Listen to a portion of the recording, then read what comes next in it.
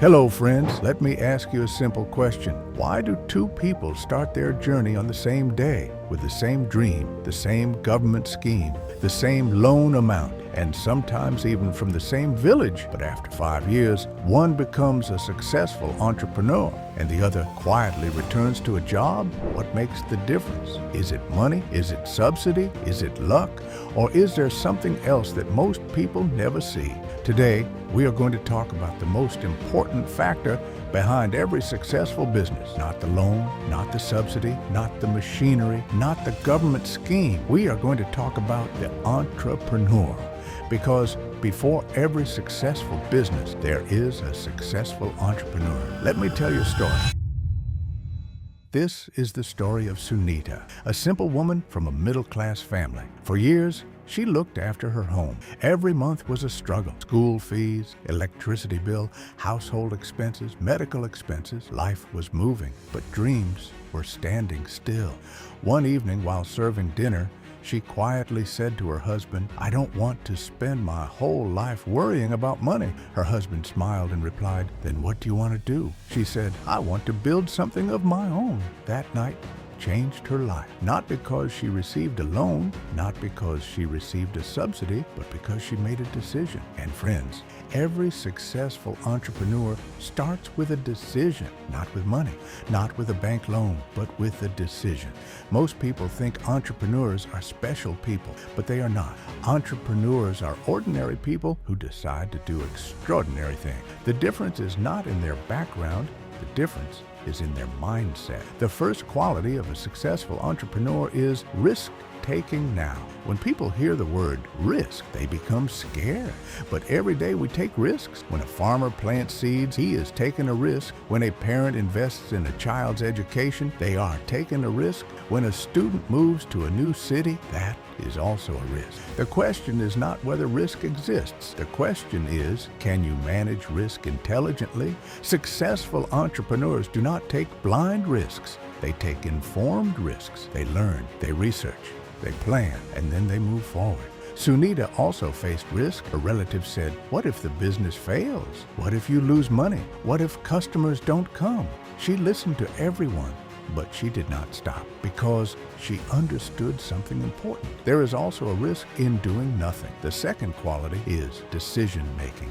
Many people spend years thinking. Very few people take action. Have you ever seen someone who says, "I will start next month," then next month becomes next year, and next year becomes 5 years? Successful entrepreneurs make decisions, not perfect decisions, but timely decisions, because opportunities do not wait forever. Government schemes do not remain open forever. Markets do not remain unchanged forever. The people who act usually move ahead. The people who wait usually remain where they are. The third quality is discipline, friends. Success is boring. Failure is dramatic. People see successful businesses today, but they don't see the discipline behind them. Waking up every morning, meeting customers, managing accounts, following up with banks, completing documentation, solving daily problems. Discipline is doing what needs to be done, even when you don't feel like doing it. A government subsidy scheme can support a business, but it cannot wake you up every morning. A bank can sanction a loan, but it cannot manage your business. Only discipline can do that. The fourth quality is consistency.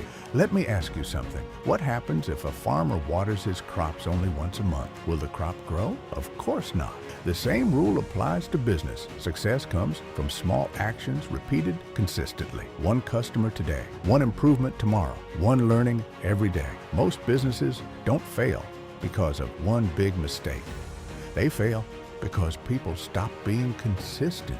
Sunita's business was not successful in the first month, not in the second month, not even in the 6th month, but every day she improved. Every day she learned. Every day she became better. And slowly, customers started coming, orders started increasing, confidence started growing.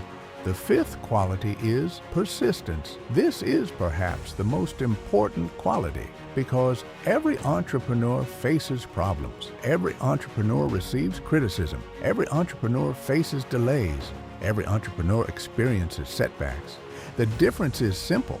Some people stop. Some people continue. Persistence means continuing even when the results are not visible. It means believing in the process. It means standing up after every setback.